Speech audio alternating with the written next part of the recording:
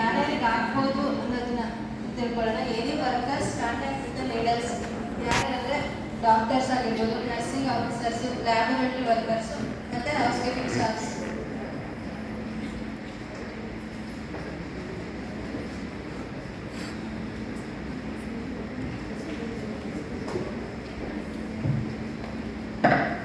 Devices which are involved in the needle stick injury, ಅಂದರೆ ಯಾವ್ಯಾವ devices ಇಂದ needle stick injury ಆಗುತ್ತೆ ಅಂತ ನೋಡೋಣ. First one is needle, second one future needle,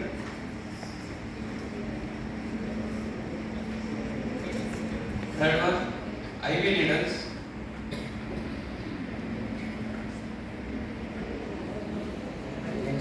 scalpel blade, ಕಾಣಿಸ್ತಿಲ್ಲ ಅನ್ಸುತ್ತೆ. stapling needles, used rash guard, when it occurs, ಅಂದರೆ ಯಾವಾಗ ನೀಡಲ್ ಸ್ಟಿಕ್ ಇಂಜುರಿ ಆಗುತ್ತೆ ಅಂತ ನೋಡೋಣ. ಇವಾಗ ನಾವು ನೀಡಲ್ ಡಿಸ್ಪೋಸ್ ಮಾಡಬೇಕಾದ್ರೆ ಆವಾಗ ನೀಡಲ್ ಸ್ಟಿಕ್ ಇಂಜುರಿ ಆಗೋ ಚಾನ್ಸಸ್ ಜಾಸ್ತಿ ಇರುತ್ತೆ. ಅಡ್ಮಿನಿಸ್ಟ್ರೇಷನ್ ಆಫ್ ಇಂಜೆಕ್ಷನ್, ಇವಾಗ ಪೇಷಂಟ್ಗೆ ಇಂಜೆಕ್ಷನ್ ಕೊಡಬೇಕಾದ್ರೆ ಆವಾಗಲೂ ನೀಡಲ್ ಸ್ಟಿಕ್ ಇಂಜುರಿ ಆಗೋ ಚಾನ್ಸಸ್ ಇರುತ್ತೆ. ಬ್ಲಡ್ ಡ್ರಾ ಅಂಡ್ ರೀಕ್ಯಾಪಿಂಗ್ ನೀಡಲ್ಸ್, ಇವಾಗ ನಾವು ಪೇಷಂಟ್ಗೆ ಯೂಸ್ ಮಾಡಿರೋ ನೀಡಲ್ಸ್ನ ರೀಕ್ಯಾಪ್ ಮಾಡಬೇಕಾದ್ರೆ ಆವಾಗ ನೀಡಲ್ ಸ್ಟಿಕ್ ಆಗೋ ಚಾನ್ಸಸ್ ಜಾಸ್ತಿ ಇರುತ್ತೆ.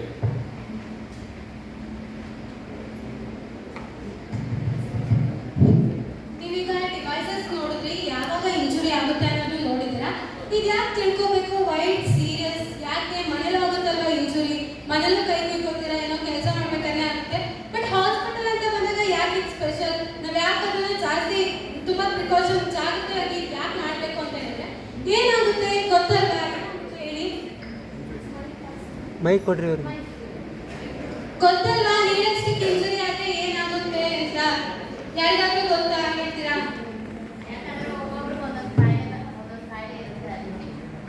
S, correct.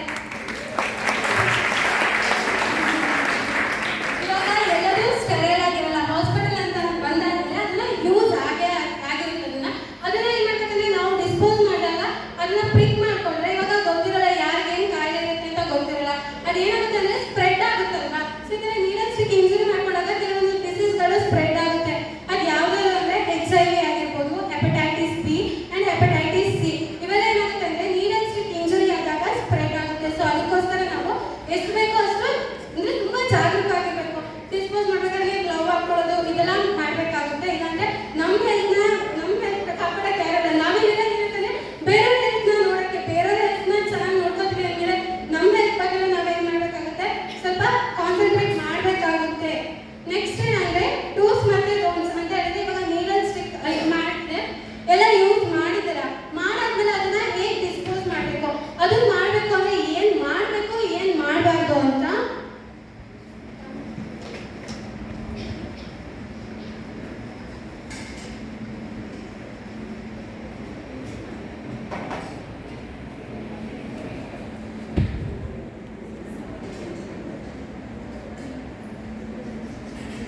ಏನ್ ಮಾಡ್ತಿದ್ದೀರಾ ಅಂತ ಕರೆಕ್ಟಾಗಿ ನೋಡ್ಕೊಳ್ಳಿ. ಏನೋ ಕ್ವಶನ್ ಕೇಳ್ತೀವಿ.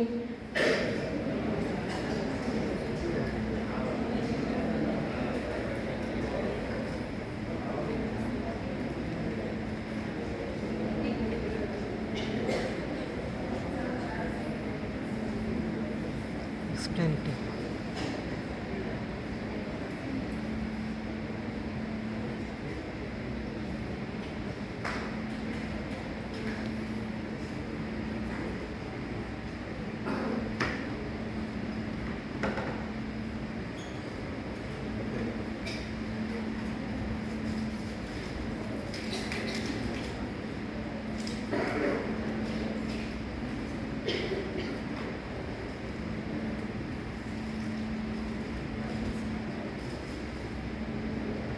ಈಗ ನೋಡಿದ್ರಲ್ವಾ ಇಬ್ರು ಏನೇನ್ ಮಾಡಿದ್ರು ಅಂತ.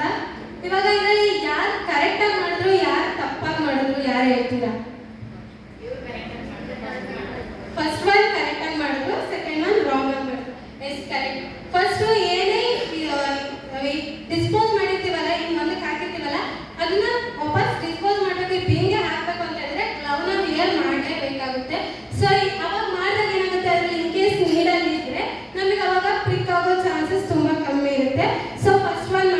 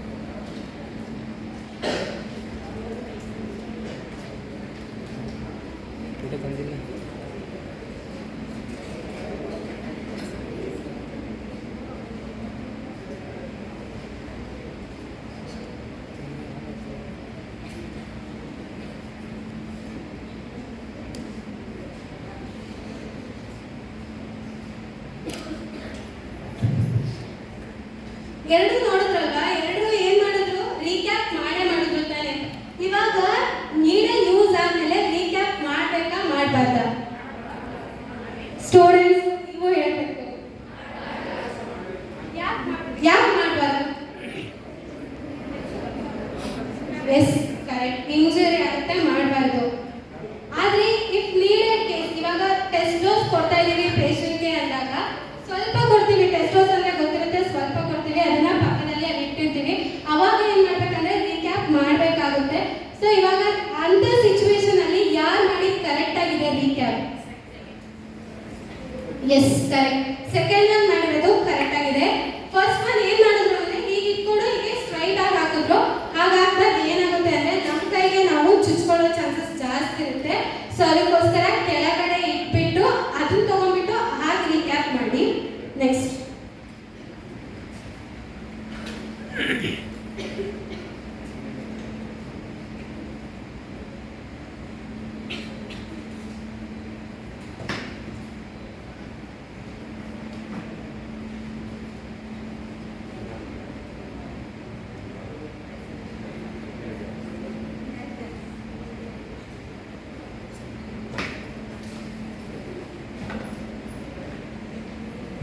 ಇವಾಗ ಏನ್ ಮಾಡಿದ್ರು ಇವರು?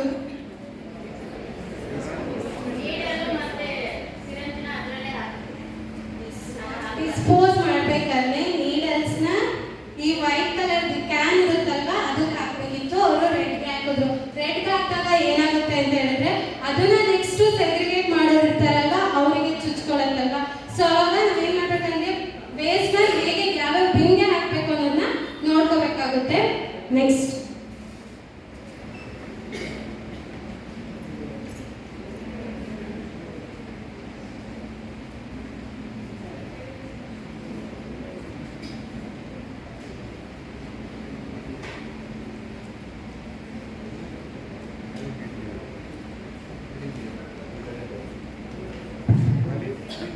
ಇಬ್ರು ವೈಟ್ ಬಿನ್ನಿಗೆ ಹಾಕಿದ್ರಲ್ವಾ, ವೈಟ್ ಕಲರ್ ಕ್ಯಾನ್ಗೆ ಹಾಕಿದ್ರು. ಹಂಗಾದ್ರೆ ಇಬ್ರು ಕರೆಕ್ಟಾ?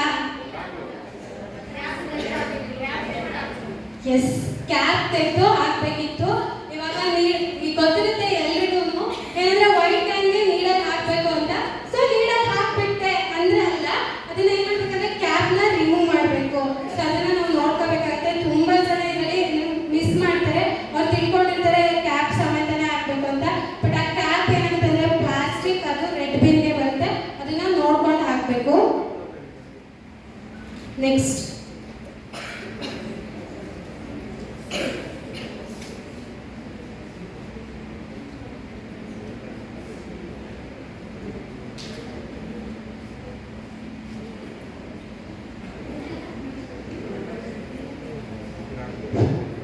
ಈಗ ಇಲ್ಲೇನಾಯ್ತು, ನೀಡಲ್ಸ್ಟಿಕ್ ಇಂಜುರಿ ಆಗೋಯ್ತು. ಆಗೋದ್ಮೇಲೆ ಏನ್ ಮಾಡ್ತೀರಾ? ಫಸ್ಟ್ ಒನ್ ಏನ್ ಮಾಡಿದ್ರು? ನಮ್ದು ಅಭ್ಯಾಸ ಅಲ್ವಾ, ಏನಾದ್ರು ಗಾಯ ಆಗಿ ನಮ್ ಬ್ಲಡ್ ವೇಸ್ಟ್ ಆಗಬಾರ್ದು. ಸೊ ಬಾಯಲ್ಲಿ ಇಟ್ಕೊಂಡ್ಬಿಡೋದು. ಅದೇ ತರ ಆಲ್ಮೋಸ್ಟ್ ಎಲ್ಲ ಅದನ್ನೇ ಮಾಡೋದು. ಏನಾದ್ರು ಪ್ರಿಕ್ ಹಾಕ್ಬಿಟ್ರೆ ಸಾಕು, ಬಾಯಲ್ಲಿ ಇಟ್ಕೊಳ್ಳೋದು, ನಮ್ ಬ್ಲಡ್ ನಮಗೆ ವೇಸ್ಟ್ ಆಗಬಾರ್ದು. ಯಾಕಂದ್ರೆ ನಾವೇ ಇದು ಮಾಡ್ತೀವಿ ಅನ್ನೋದಲ್ವಾ. ಸೊ ಅದು wrong. In case needle prick ಏನಾದ್ರು ಆದ್ರೆ ನಾವು ಫಸ್ಟ್ ಏನ್ ಮಾಡ್ಬೇಕಂದ್ರೆ ಟ್ಯಾಪ್ ವಾಟರ್ ಕೆಳಗೆ ಅದನ್ನ ಕೈನ ಹಿಡಿಬೇಕು. ಬಾಯಿಗೆ ಇಟ್ಕೊಳ್ಳೋದು, ಕಣ್ಣಿಗೆ ಇಟ್ಕೊಳ್ಳೋದು, ಪ್ಯಾನಿಕ್ ಅಯ್ಯೋ ಆಗೋಯ್ತಲ್ಲ ಅಂದ್ರೆ ಸರಿಯಾಗಿ ಬಿಡುತ್ತಾ? ಆಗಲ್ಲ, ಹಾಗೆ ಮಾಡಬಾರ್ದು. ಫಸ್ಟ್ ಏನ್ ಮಾಡ್ಬೇಕು ಅಂದ್ರೆ ಟ್ಯಾಪ್ ವಾಟರ್ ಕೆಳಗೆ ಇಟ್ಬಿಟ್ಟು ನೆಕ್ಸ್ಟ್ ಏನ್ ಪ್ರೊಸೀಜರ್ಸ್ ಇರುತ್ತೆ, ಯಾರಿಗೆ ಇನ್ಫಾರ್ಮ್ ಮಾಡ್ಬೇಕು ಅವರಿಗೆ ನಾವು ಇನ್ಫಾರ್ಮ್ ಮಾಡಬೇಕು.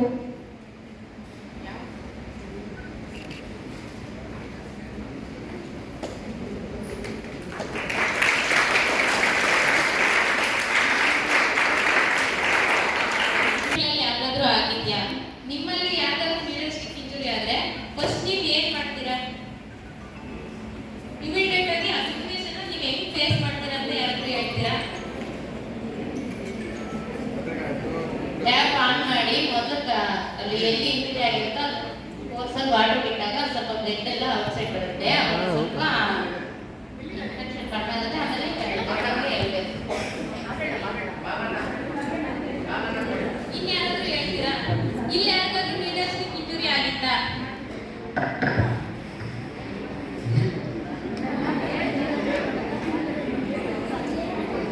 ನೀಡಲ್ ಸ್ವಿಚ್ಚಿದಾಗ ಫಸ್ಟು ತೊಳೆದ್ಬಿಟ್ಟು ಆಚೆ ತೆಗಿಲ್ಲ. ಈಗ ಹೇಳ್ಕೊಡ್ತೀನಿ ಒಂದೊಂದಾಗಿ ಏನೇನು ಮಾಡಬೇಕು ಅಂತ.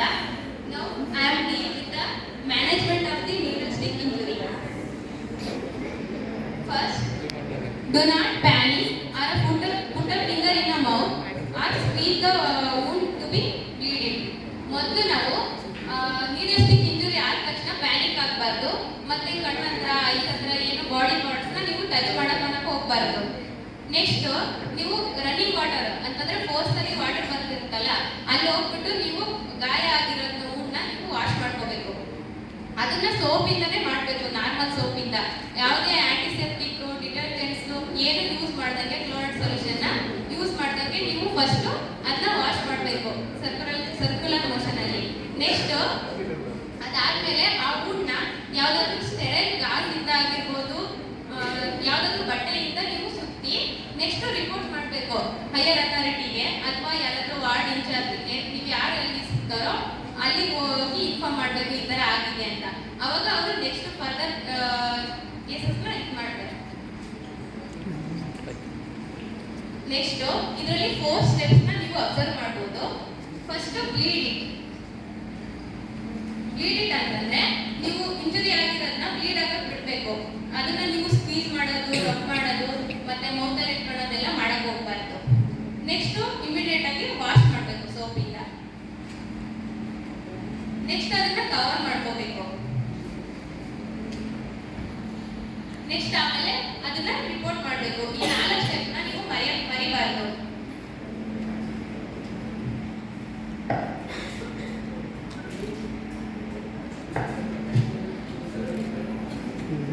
Suppose if patient is infected with HIV or any viruses, in case ನೀವು ಆ ಪೇಷಂಟ್ ಇಂದ ನೀಡಲ್ ಸ್ಟಿಕ್ ಇಂಜುರಿ ಆದರೆ ನೀವು ಅವಾಗ ಏನು ಮಾಡಬೇಕು ಅಂತಂದ್ರೆ, ನೀವು ರಿಪೋರ್ಟ್ ಮಾಡಿದ್ಮೇಲೆ ಅವರು ಫರ್ದರ್ ಆಕ್ಷನ್ನ ತಗೋತಾರೆ. ಆಂಟಿ ರೆಟ್ರೋವೈರಲ್ ಥೆರಪಿ ಅಂತ ಮಾಡ್ತಾರೆ ಅವರಿಗೆ. ಅದನ್ನ ನೀವು ಇನ್ಫಾರ್ಮ್ ಮಾಡ್ತೀನಿ ಸ್ಟಾರ್ಟ್ ಮಾಡ್ತಾರೆ.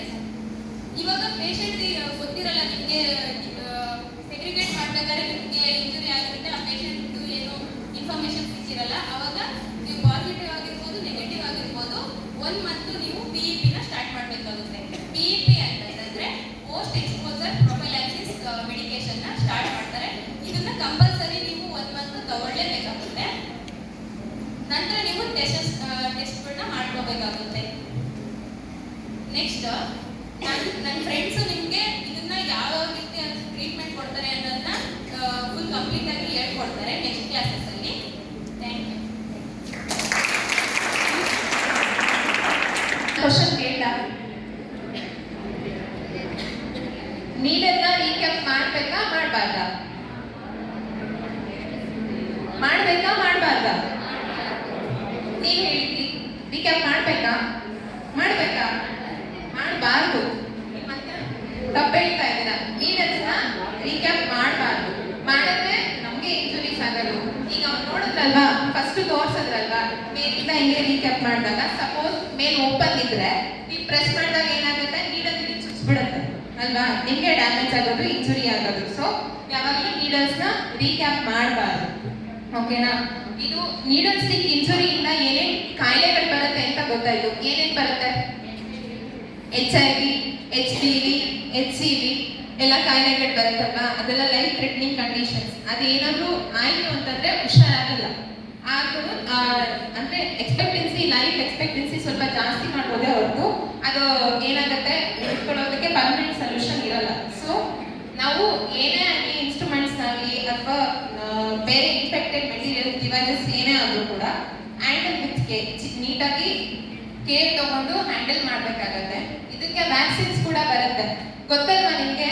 ಇಲ್ಲಿರೋ ಎಲ್ರಿಗೂ ವ್ಯಾಕ್ಸಿನೇಟೆಡ್ ಎಲ್ರೂ ಆಗಿದೆಯಾ ವ್ಯಾಕ್ಸಿನ್? ಯಾವ ವ್ಯಾಕ್ಸಿನ್ ತಗೊಂಡಿದ್ದೀರಾ?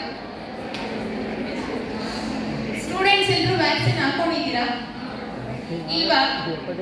ಕಂಪಲ್ಸರಿ ವ್ಯಾಕ್ಸಿನ್ ಹಾಕೋಬೇಕು. ಹೆಪಟೈಟಿಸ್ ಬಿ ವ್ಯಾಕ್ಸಿನ್ ಎಲ್ಲ ಮೆಡಿಕಲ್ ಡಿಪಾರ್ಟ್ಮೆಂಟ್ ಅಲ್ಲಿ ಕೆಲಸ ಮಾಡೋರ್ಗೂ ಕೂಡ ವ್ಯಾಕ್ಸಿನ್ ಕಂಪಲ್ಸರಿ ಬೇಕು. ಅದಕ್ಕೋಸ್ಕರ ಅದರಲ್ಲಿ 3 ಡೋಸಸ್ ಬರುತ್ತೆ. First dose, 0 dose, second dose, third dose. 0 dose ಅಂದ್ರೆ ನೀವು ಫಸ್ಟ್ ಯಾವಾಗ ವ್ಯಾಕ್ಸಿನ್ ಹಾಕಿಸ್ಕೊತೀರಲ್ವಾ ಅದನ್ನ 0 ಡೋಸ್ ಅಂತ ಕರೀತಾರೆ. ಅದಾಗಿ ನೆಕ್ಸ್ಟ್ 1 ಮಂತ್ಗೆ ಹಾಕೊಳ್ಳೋ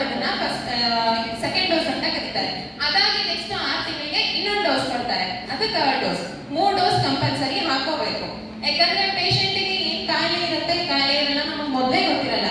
ಈಗ ಪೇಷಂಟ್ ಜೊತೆ ಎಲ್ಲ ಓಡಾಡ್ತೀರಾ, ಕರ್ಕೊಂಡು ಹೋಗ್ತೀರಾ, ನಿಮಗೆ ಗೊತ್ತಿರುತ್ತೆ ಅವ್ರಿಗೆ ಏನ್ ಕಾಯಿಲೆ ಇದೆ, ಕಾಯಿಲೆ ಇಲ್ಲ ಅಂತ ಹೇಳಿ. ರಿಪೋರ್ಟ್ ನೋಡ್ತೀರಾ ಎಲ್ಲರೂ? ಇಲ್ಲ ಅಲ್ವಾ?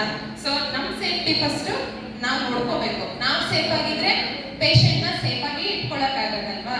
ಅವರ್ ಸೇಫ್ಟಿ ಅದನ್ನ ಪ್ರಿಯಾರಿಟೈಸ್ ಮಾಡ್ಕೊಬೇಕಲ್ವಾ? ನೆಕ್ಸ್ಟ್, ನೀವು ಹೌಸ್ ಕೀಪಿಂಗ್ ಸ್ಟಾಫ್ಸ್ ಏನ್ ಕೆಲಸ ಮಾಡ್ತೀರಾ ಅಲ್ವಾ, ಓಟಿನೇ ಆಗಿರ್ಬೋದು. ಸಪೋಸ್ ಏನಾದ್ರು ಒಂದು ಪ್ರೊಸೀಜರ್ ಆಯ್ತು ಅಂದ ತಕ್ಷಣ ಎಲ್ಲ ವೇಸ್ಟ್ ಅನ್ನ ಪದೇ ಪದೇ ಒಂದೊಂದೇ ಸತಿ ಹೋಗ್ಬಿಟ್ಟು ಎಲ್ಲ ಡಿಸ್ಕಾರ್ಡ್ ಮಾಡಲ್ಲ ಅಲ್ವಾ, ಎಲ್ಲ ಒಟ್ಟಿಗೆ ತಗೊಂಡೋಗಿ ಮಾಡ್ತಾರಲ್ವಾ.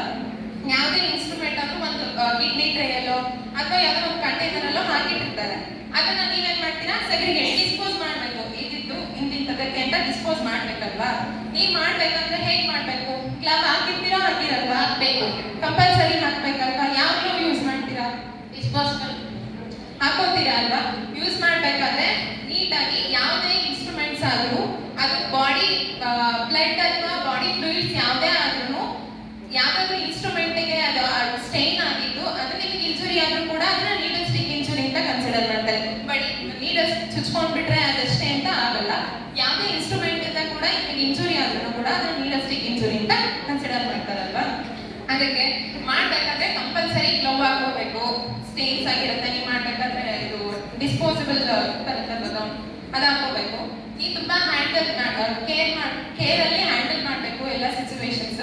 ಕಂಪಲ್ಸರಿ ವ್ಯಾಕ್ಸಿನೇಟೆಡ್ ಆಗಿರ್ಬೇಕು ಆಲ್ ಮೆಡಿಕಲ್ ಡಿಪಾರ್ಟ್ಮೆಂಟ್ಸ್, ಯಾವ ವರ್ಕರ್ಸ್ ಯಾರ್ಯಾರಿದ್ದಾರೆ ಅವರು. ಜೊತೆಗೆ ನೀವೆಲ್ಲ ಇನ್ಸ್ಟ್ರೂಮೆಂಟ್ಸ್ ಎಲ್ಲ ಚೆಕ್ ಮಾಡಿ ನೀಟಾಗೆಲ್ಲ ಆದ್ಮೇಲೆ ನೆಕ್ಸ್ಟ್ ನೀಟಾಗಿ ಕಂಪಲ್ಸರಿ ಹ್ಯಾಂಡ್ ವಾಶ್ ಮಾಡಬೇಕು, ಆಯ್ತಾ? ಸೊಲ್ಯೂಷನ್ಸ್ ಹ್ಯಾಂಡ್ ವಾಶ್ ಸೊಲ್ಯೂಷನ್ಸ್ ತರುತ್ತಲ್ವಾ, ಅದನ್ನ ಯೂಸ್ ಮಾಡಿಕೊಂಡು ನೀವು ನೀಟಾಗಿ ಕೇರ್ ತಗೋಬೇಕು. ಅಂತ ಆಯ್ತಾ? ಏನಾದರೂ ಡೌಟ್ಸ್ ಇದೆಯಾ ಯಾರಿಗಾದ್ರು? ಇಲ್ಲ. In the conclusion, needle stick injuries are significant occupational hazards for healthcare staffs and can result in the physical and physiological distress. Then the last part is vote of thanks. My heartfelt thanks for supporting the